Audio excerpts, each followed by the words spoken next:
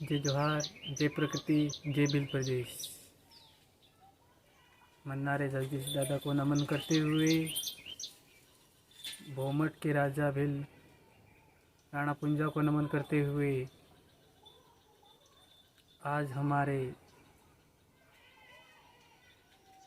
गुरु गोविंद महाराज का जन्म है।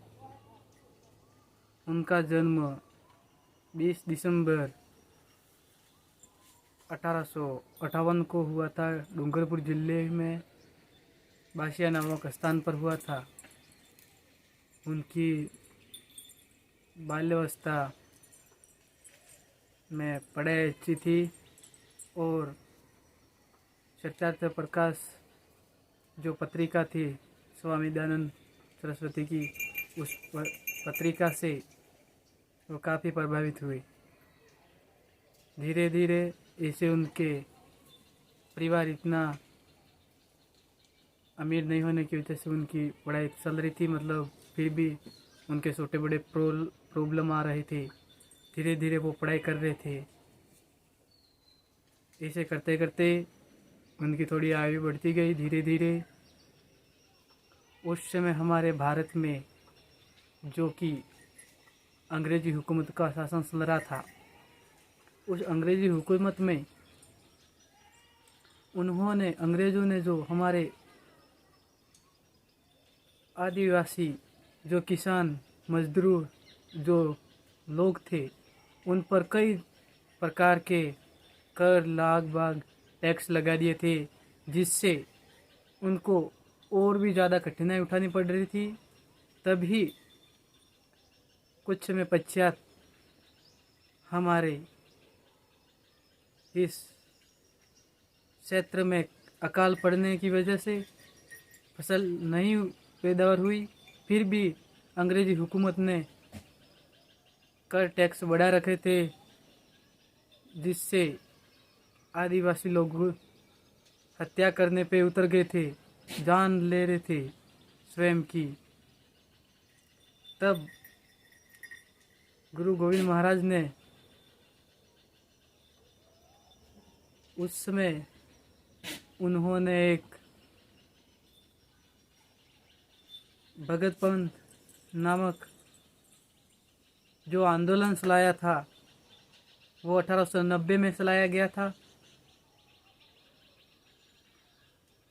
उस आंदोलन का प्रतीक चिन्ह अग्नि था और आदिवासी जो सेना में जो भर्ती हुए थे, जो आदिवासी, वो लोग अग्नि की पूजा कर रहे थे।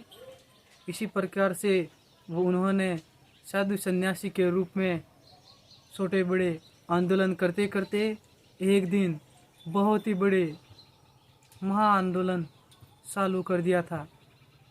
फिर क्या हुआ कि धीरे धीरे आंदोलन कर रहे थे, वहाँ पर आदिवासियों को जगाने की बात कर रहे थे और साथ ही वो राजनीतिक पर भी जो चर्चा कर रहे थे, ग्राम सभाओं पर जो चर्चा कर रहे थे और जल जंगल जमीन की जो बातें कर रहे थे, उससे अंग्रेज़ों को ये लगने लगा कि अगर इनका जो भगत पंथ के नाम से जो आंदोलन गुरु गोविंद के नेतृत्व में चल रहे हैं, उसको अगर रोका नहीं गया तो कुछ ही समय बाद अंग्रेज़ों को यहाँ शासन नहीं करने दिया जाएगा। ऐसा उन्होंने सोच समझ के फिर जब 17 नवंबर 1913 को जब एक मानगढ़ धाम पर बड़ी सभा हो रही थी, उस समय हजारों की तादाद में आदिवासी लोग राजस्थान, मध्य प्रदेश, गुजरात, सभी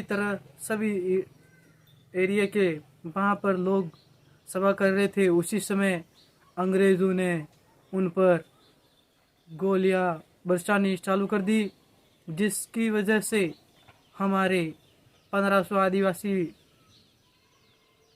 शहीद हो गए। इस प्रकार से फिर वो वहाँ से फिर धीरे धीरे उनको जेल से वापस वो छूट के उन्होंने वापस आंदोलन करने स्टार्ट किए। ऐसे करते करते उन्होंने एक दिन, वो जब आंदोलन कर रहे थे गुजरात में, अचानक किसी कारणवश उनका देहांत हो गया 1931 को गुजरात के कनबई नामक स्थान पे। इस प्रकार की से हमारे गुरु गोविंद ने आदिवासियों को जगाने का काम किया था। और आज जो हमारे साथी हैं वो साथी किसी पॉलिटिक्स की आड़ में हमारे समाज के साथ कहीं पर भी अत्याचार हो रहे हैं तो वो लोग आदिवासियों के साथ से कंधे मिलाकर वो सहयोग नहीं कर रहे। उनको ये मैं कहना चाहता हूँ कि आप जिस दिन धरती पर पैदा हुए उस दिन आप किसी पार्टी के साथ पैदा नहीं हुए थे, आदिवासी समाज में पैदा हुए थे और आदिवासियों की आवाज़ बनकर फिर से उभरिएगा, ये कहना चाहता हूँ। जय जोहार, जय प्रकृति, जय भील प्रदेश, आप सभी की जय।